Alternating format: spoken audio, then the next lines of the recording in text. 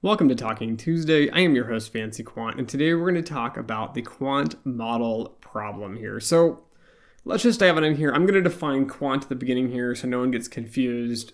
The reason I think this is important in the definition is because A, if you're listening to this and you want to be a quant, it is important to understand the skills that you're going to need and what I'm actually talking about. So you don't want to listen to me tell you something and then you go do it, and then you find out what you're trying to do is not what I'm talking about. The other issue too comes from a corporate level. So when corporations go to hire people, they need people with very specific skills. A lot of times we loosely throw the word quant around, and specifically in the student realm as well as the traditional finance realm, the term quant is loosely thrown around because people don't fully have a definition for it. So if you have a different definition, it's completely fine. But I define quants as those that actually build mathematical and statistical models. Okay, you're a model developer of some sorts. You build models, you work with models in this sense. You're not the model user, you're not the model implementer. These are other people that do other jobs. So I'm not going to get into that. But there's really two people here, two kind of categories of jobs on the sell side, which I'm going to more specifically nail down as the banking side. Again, these are all going to apply to the buy side. They just have different names for them, like quant researcher, for example. Quant researchers we typically call model developers at banks. We also have model validators, which again, the buy side, hedge funds, investing side, they should have these. Not all of them do. Again, I'm not going to get into the nuanced details. I don't work at these firms. Different firms have different policies. Anyways, I'm not going to get into it too much here. But really what a quant does is they build statistical and mathematical models, and there's really kind of a process for this. And the process is going to be, a model owner or a model user is going to need some sort of model to solve some sort of problem. So you can think about this as, somebody wants to create a statistical arbitrage opportunity using different types of assets. A quant researcher on the buy side would go through, look at opportunities, look at assets, try to come up with some stats arbitrage between different ones, create some sort of model for this, explain the model to the user, who would be like, for example, a trader here, where they'd give this to a quant dev who would actually implement this into code, and then a trader would use it. So that's one example. The other example is going to be on the banking side here. The banking side is going to have someone that needs some sort of model, like how do we price loans? How do we monitor and manage our operational risks? How do we set operational strategy? So a lot of times people don't realize this. There are operational research teams at banks. They actually use models. They don't build them. They do analytics as well, which is different. But they build models, or they don't build models. They take models and they have a need for models, and quants build those, and then they actually use those to set the strategic limits based on the scoring. So a lot of times we have scores, for example, on credit scorecards for loans. This helps price them, predict probability of defaults and loss given default and all that. And then the operational research team does analytic on those scores and draws lines in the sand basically on this is the cutoff value we're going to use. Anybody, for example, that is riskier than this, we're not going to make a loan to. Anybody safer than this, we'll make a loan to, given these parameters. Again, all come into the modeling framework. So step one is you're going to have a need for a model. Step two is going to be model development is going to build a model. And this is going to be building it, reviewing it, processing it, all that. Step three is going to be model validation, comes and looks at your model, reviews your model. Step four is implementing the model. And then step five is really model usage and ongoing performance monitoring. So it doesn't matter if you're at the bank, hedge fund, whatever. These are the steps that you should be going through regardless of where you're at, what you're doing. They're important. So I'm going to dive into this now on the banking side specifically. We have regulations called SR 11.7. Again, you can Google it, you can read about it, but one of these important aspects is that model development stays separated from model validation. Okay, so let's go into regulations real quick. I think regulations are extremely important in finance, banking, quant finance, insurance, and all that, because the sad reality is people are very, very reward hungry. They're very greedy. It's a natural state. I don't think this is actually a bad thing. Of course, there are bad consequences from it, but you need to look at things in finance and really understand the core basics of finance, which is there's a risk-reward trade-off. So if you think about this, this is more like a coin. One side is risk, one side is reward. The higher the amount of risk you take, the higher the expected return should be. It's not realized return, it's the expected return. Again, we fail to see this often, and we chase really high reward scenarios in banks, hedge funds, doesn't matter. Insurance companies like AIG has been known for this. They took really risky positions. They didn't monitor their risks accordingly. They didn't hedge risks accordingly. They didn't really take into consider the full spectrum here. So I think regulations are great on this aspect. Yes, I think there is some ridiculousness behind some of the regulations, the way they're implemented, the way the incentive structures are set up for banks, hedge funds, and regulators in a kind of a tandem between how these things actually function and work. I don't like how a lot of these are set up. I think they could do a much better job. But this video is not about me ranting about changes and enhancements and regulations because, again, people on both sides of the spectrum, the regulators and the banks would be upset because I'd be encouraging actually more freedoms and more regulation in different areas. But the real problem we're going to come to and what we want to talk about is the quant model problem. So with any model, stats or data science related, you're going to start asking the question, or you should be asking the question, is this model good enough? Right? And there's not really an easy solution or an easy answer for this. You can set up ridiculous things like, okay, I want the fit to be greater than X amount, I don't know, say 0.98 or something. And I want, I don't know, your AIC or your BIC, I want them to be these values. And you can set up ridiculous things like that. But in practice, you typically have other needs above and beyond fit. The biggest thing that most firms are looking for is robustness. I'm not going to go into which models are more robust than other ones. And a lot of this comes down to correctly applying model development practices and selecting the right model structure. But you want fit, you want robustness. And then also there are all these typically levers, I'm going to call them. There are variables and things that the business user wants inside the model. So why would you want specific variables in a model? Why are you trying to force these in? Again, if you only care about fit, throw in whatever you want. If you only care about robustness and fit, again, you can go and listen to just your data, which is one aspect and one approach you can take. But often the way that the model is going to be used is that you want to do stress testing, for example. So you need variables in there where you can adjust them and create different scenarios. And perhaps some variables that a bank might have or a firm might have, you have scenarios already built for them. Whereas something new, creative, hodgepodge, something different that you don't have currently might be challenging to create scenarios for. Again, the way that a business or trader uses a tool, for example, or uses these models, they might be able to control specific aspects where other aspects are modeled or market driven and you don't have any control over them. So being able to create models that fit the usage puts restrictions and constraints on actually modeling the problem here. So you start thinking about, okay, so what's good enough, right? And how do we determine what's good enough? So one of these big issues of concern I see consistently is that you have model development who's building models, and then you have validation that's validating models. And we don't stop, I guess, a lot of times to look at what is the scenarios that could come out of this, right? So one, you could have a bad development team and a bad validation team. And let's say, development builds a simple average model for a complex problem, which needs a statistical model and it's easily available, but it's a little more challenging and you need higher skills and rigor and understanding of the problem. But if your development team doesn't understand anything and they're much more simplified, they might just take an average of something, maybe do groupings and take an average equivalent to a decision tree here. And then they'll pass it to validation. And then if your validation team's weak, they're going to look at it and go, makes complete sense to me. And they're just going to sign off on it and then they'll use this model. Again, in this scenario, right, you might have a model that doesn't fit that great.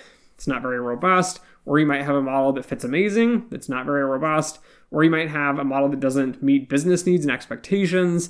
And then typically you have feuds and fights and conflicts between development validation and the model users because now you're trying to figure out what's going on here. Whose responsibility is it to fix it?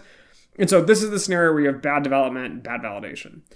The second scenario is going to be you have bad development and great validation. Now this causes a lot of conflict in banks. I can tell you this from firsthand experience. If you have weak development, they spend a lot of time and they build a model and they put their best foot forward and they build what they think is a model fit for you. So answering that question, the model is good enough according to development. A lot of times though, it's not good enough for the business user, which I've had scenarios where that's occurred.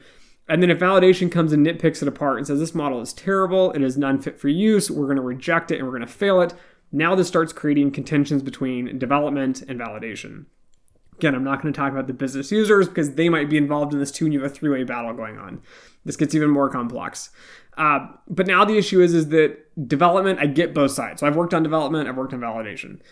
If you're on development and you put your best foot forward and those are the maximum skills you have, and now you're being criticized telling you didn't do your job right, what do? You don't have a lot of options here. And then regulations, so SR 11.7, part of the banking regulations here, prevents development and validation from working together. I agree they should be separated, but this causes problems now again, because if validation basically, or development here feels like, validation's throwing basically eggs at them and making fun of them.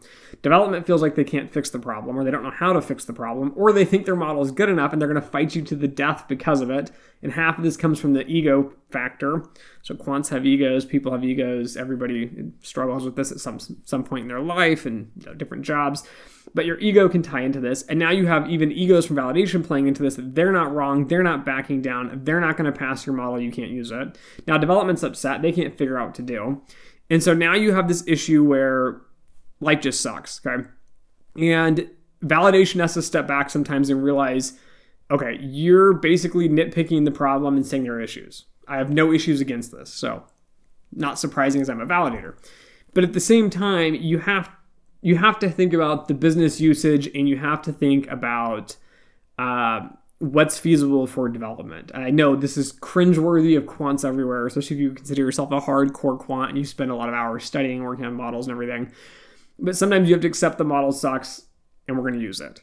And when these scenarios occur, the smartest thing to do is to actually list out all of the issues with the model, all of the risks associated with it, and try to come out with ways that you can monitor those risks.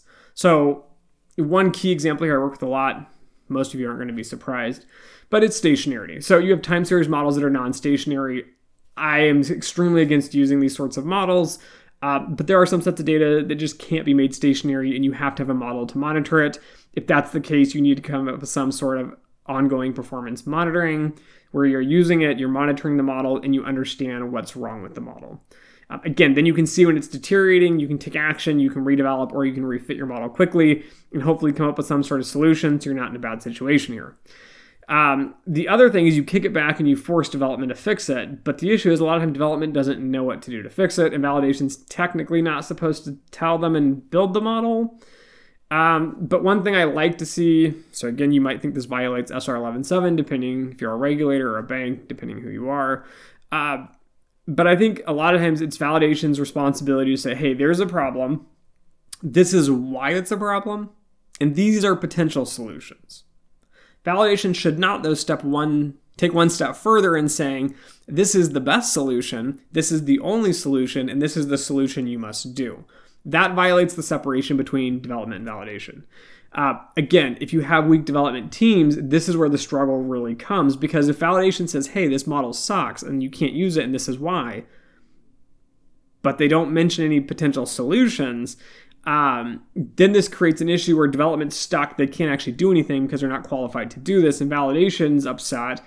And a lot of times we have to use a model. So, imagine a bank where you have a model such as, one that prices loans, for example, and validation fails it. Well, what do you do at that point, right? You can't just say, we're just going to, randomly draw loan applicants and say, we're just going to pick whoever. You still have to have some sort of model. And if you don't have another model in place that you can fall back on, which is another solution here, right? If you have an older model not performing as well, but it's better than the new model, you can sometimes rely on the old model and then force a redevelopment again. But if not, you can fall back on an old model. But if not, right, you don't have this option here. You have to use the crappy model you've got. So this is kind of an issue here as well. So this creates a ton of contention between validation and development. Again, validation's job is to find problems. Development's job is to develop models. This naturally causes conflict between the two. I don't think you necessarily need this. One way around this is a senior management fix, which nobody likes to do. It's not fun. It's not pretty. Senior management just needs to come in and either say, hey, development needs to get trained better. So education, as I always continually talk about, or your validation team, you need to come in and create some sort of fix where validation understands that it's a crappy team. But the best solution is probably the education route. You can fire people, you can replace people. It is extremely challenging to find top quant talent, but I'll let you know that up front. Doesn't matter what schools you choose, top rated, low rated. It is extremely hard to find qualified people to run and manage quant teams. and to train quant teams because most people don't have the education to do the training, even if you bring in academics. So this is the worst scenario. The other scenario, which is even scarier and has less issues, but probably more damage, is when you have a really strong model development team and you have a weak validation team. The reason this is scary is because if development builds models and they're fairly strong, but there are slight issues or they accidentally miss something. So people ask me a lot, Dimitri, why even have a validation team? Well, one, regulations. Two, we all make mistakes. I have actually been model development and I've made a mistake and I missed a test and read it actually backwards and selected the wrong model because of this. Yes, I make mistakes just like everybody else, but it happens. And so you need a strong validation team to catch those mistakes. Now, if validation's weak and they don't catch it, now you're just making models with basically no validation team because they're not catching it, it's going through. You can still have contention issues where your weak validation team now is finding nonsensical findings and issues with your model, which aren't really that serious of an issue or have already been mitigated or actually aren't an issue.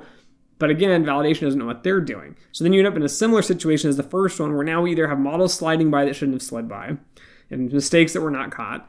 And then worse off, you still have the contention issue that now validation might be creating nonsensical garbage and is fighting against your development team. And then finally, the best solution, which I hardly ever see, which is you have a really strong development team and a really strong validation team. And because they're both strong, you have actually a really well put together team process for developing models, because now you have really good models being developed. When mistakes are made or issues are not seen, or maybe a model user has an issue with the way it was constructed, validation can come in, catch these mistakes, kick it back to development. Development can make fixes, and we can move forward here. So a few key takeaways here with all this conflict, with these issues, and defining this question of what's good enough for a model. The first one's going to be, you're going to have to learn in the industry to accept the best you can get. I know this is a really challenging aspect, but models aren't perfect. There's no way to get perfect fit, right? There's no way to come to a solution and say, oh, this metric guarantees it's a good model. You're going to have to learn to make some sacrifices. The other piece here is going to be, you need to get really, really good quants. You need to find someone to educate and train them. So it doesn't matter if they're PhDs from the top schools and the top universities. The industry is very, very different from academia. You're going to have data that's not modelable or has issues and there's no way to fix it. So you need to come up with creative solutions and ways to model and monitor these issues so we know when it fails and how it's going to fail, what's going to be the main cause. Again, you need education and training. Finding someone to do this is nearly impossible. I emphasize this constantly. People laugh and joke, and then behind closed doors, when I'm talking to banks at conferences, for example, it's just bankers all around. It's not recorded. People are admitting to me, yeah, we're really struggling. We can't find top quants. We don't want to pay enough. We don't want to train them. Or we brought in the best quants from these banks. We poached them. We paid them a bunch of money, and it's still not working out. And now we're upset. So now it's what do? You wasted a bunch of money. You're not getting good models.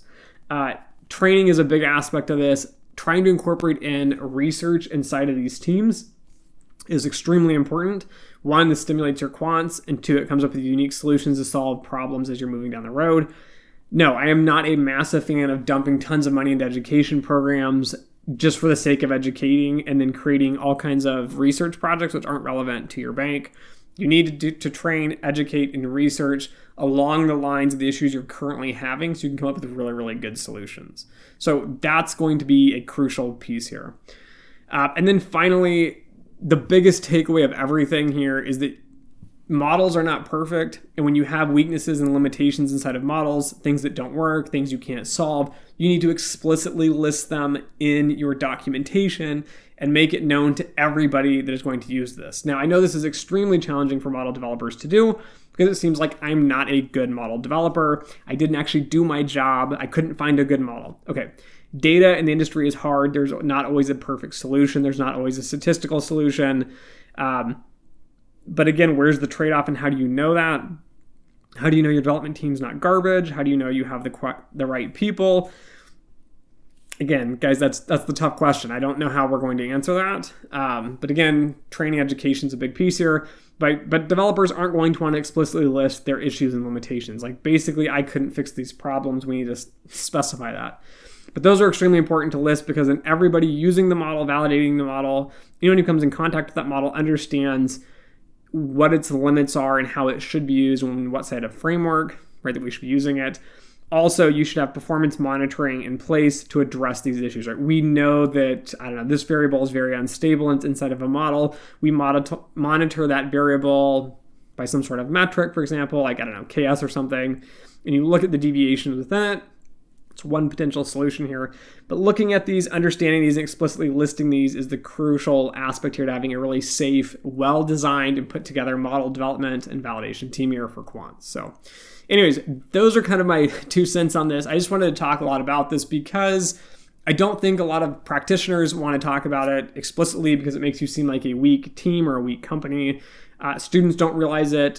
Senior management obviously misses this a lot, and they don't fully understand why there are feuds. They don't understand why models aren't working, right? They're not in that realm. They don't understand the technical aspects here. And often quants don't communicate very well, so it's hard to explain all the issues and dynamics, both technically and on that emotional level between, dynamics of groups and, conflicting interests here. So anyways, I hope you enjoyed this. If you did, don't forget to like, share, and subscribe. And as always, until next time.